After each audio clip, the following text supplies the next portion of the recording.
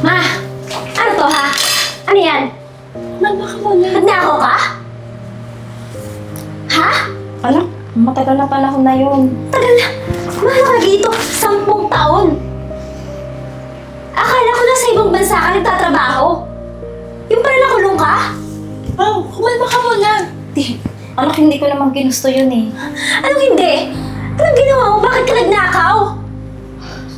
Kaya pala, nung dumating si Papa, hindi ka umuwi. Kaya pala, pag nag-video call kami, hindi ka sumasagot. Anak, hindi mo naiintindihan. Hindi! Ipaintindi mo sa akin. Kasi yung mga sulat, ibig sabihin, yung mga sulat na yun, hindi totoo.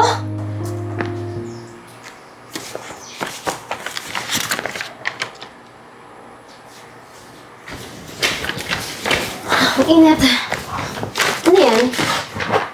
Ano yan? Pao, wala ito. Ano wala? Papeles lang. Papeles, ba't mo tinatago? Wala. Hindi mo na kailangan malaman. Ba't ganyan yung itsura mo? Papeles. Ano yun? Huwag mo na intindihin. Wala lang yun. May tinatago ka, no? Ha? Wala nga lang sinabi.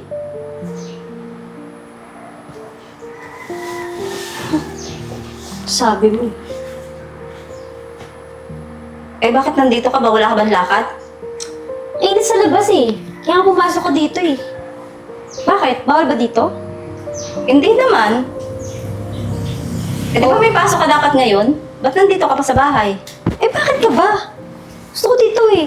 Init-init dun eh. Pwede naman ako umalis eh. O baka may tinatago ko lang kaya ayaw mo ko dito.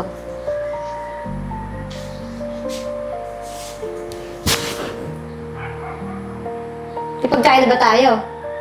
Kanina pa nakaluto. Ikaw na lang inaantay. Hindi maghain ka na. Maghain ka na dun.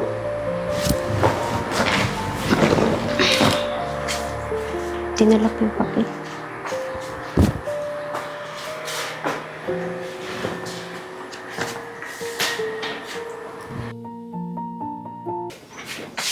Pao, ano pang ginagawa natin dito?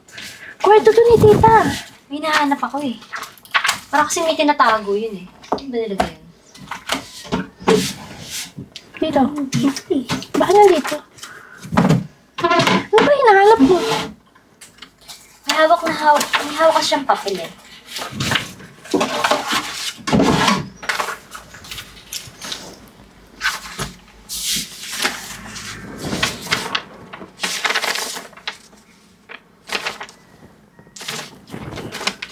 Criminal case? Ha? Theft? Magnanakaw yung nanay mo? Oh my God. Pero, ito yung tinatago niya? Teka, baka mali naman yan. Baka hindi sa kanya yan. Pero pangalan niya, nasa kanya to eh. Ito yung hawak niya kahapon eh. Kailan pa siya nagnakaw?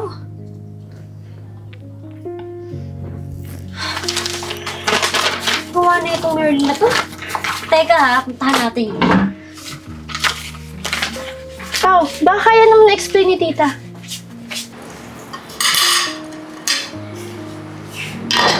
Kumain ka na anak ha?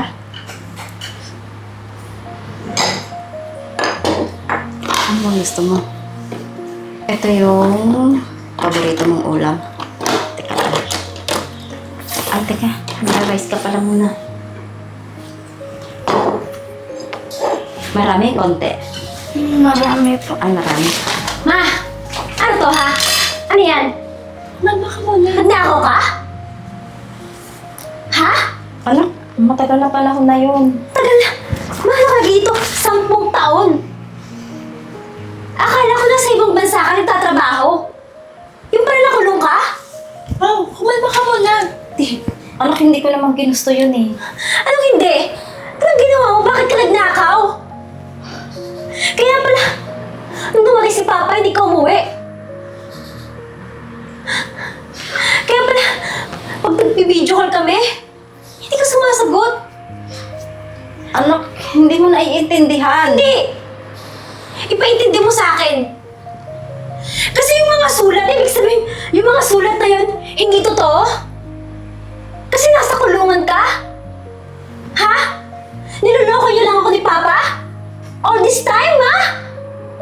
Oo, nakulong ako, pero para sa'yo yun!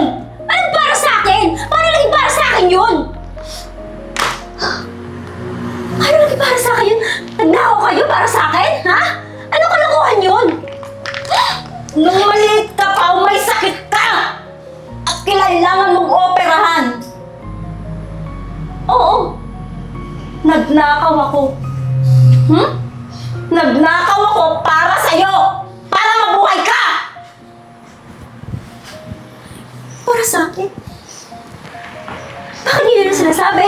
Walang trabaho ang papa mo noon. Ha? Sakripisyo ko lahat!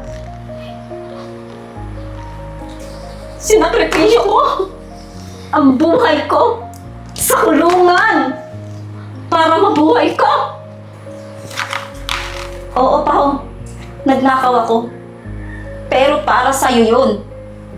Para sa ikabubuti mo. Ha? Alam kong mali, Pao. Pero pinagdusahan ko na yon sa mahabang panahon. Bakit hindi mo sa akin sinabi? Alam mo ba? Alam mo ba kung bakit galit na galit ako sa'yo? Kasi wala ka dito. Akala ko, yung sa ibang bansa, nagpapakasarap ka lang. Inuuna mo yung sarili mo. Wala ka ng graduation ko. Wala ka ng birthday ko. Pero hindi mo sinabi.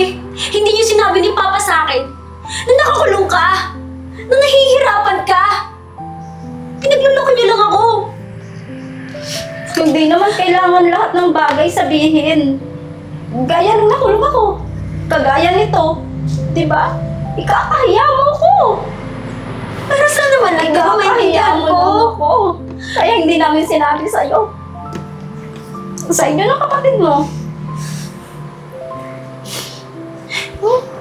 Pero sana naman lang, di ba sinabihan niyo ako? Para at least maintindihan ko. Kasi galit na galit ako sa inyo nun eh. Pero mali pala ako. Sana pinaunawa niyo sa akin.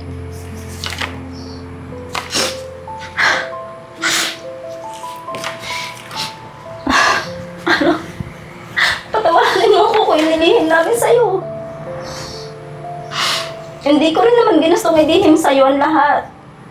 Pero natakot ako. Natakot ako na baka mamaya husgahan ka ng mga tao.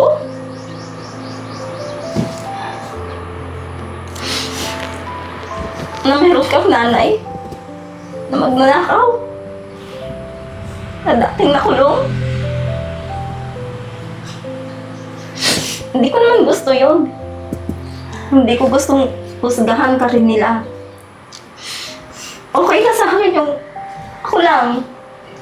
Kakayanin ko ang lahat.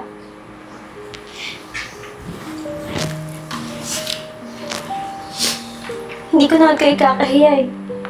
Kung i-explain niyo lang sa akin ng tama. Ngayon, alam ko na kung yun talaga yung totoo. Sorry. Sorry kung nahusgahan ko kayo. Sorry din, anak. Patawarin mo ako.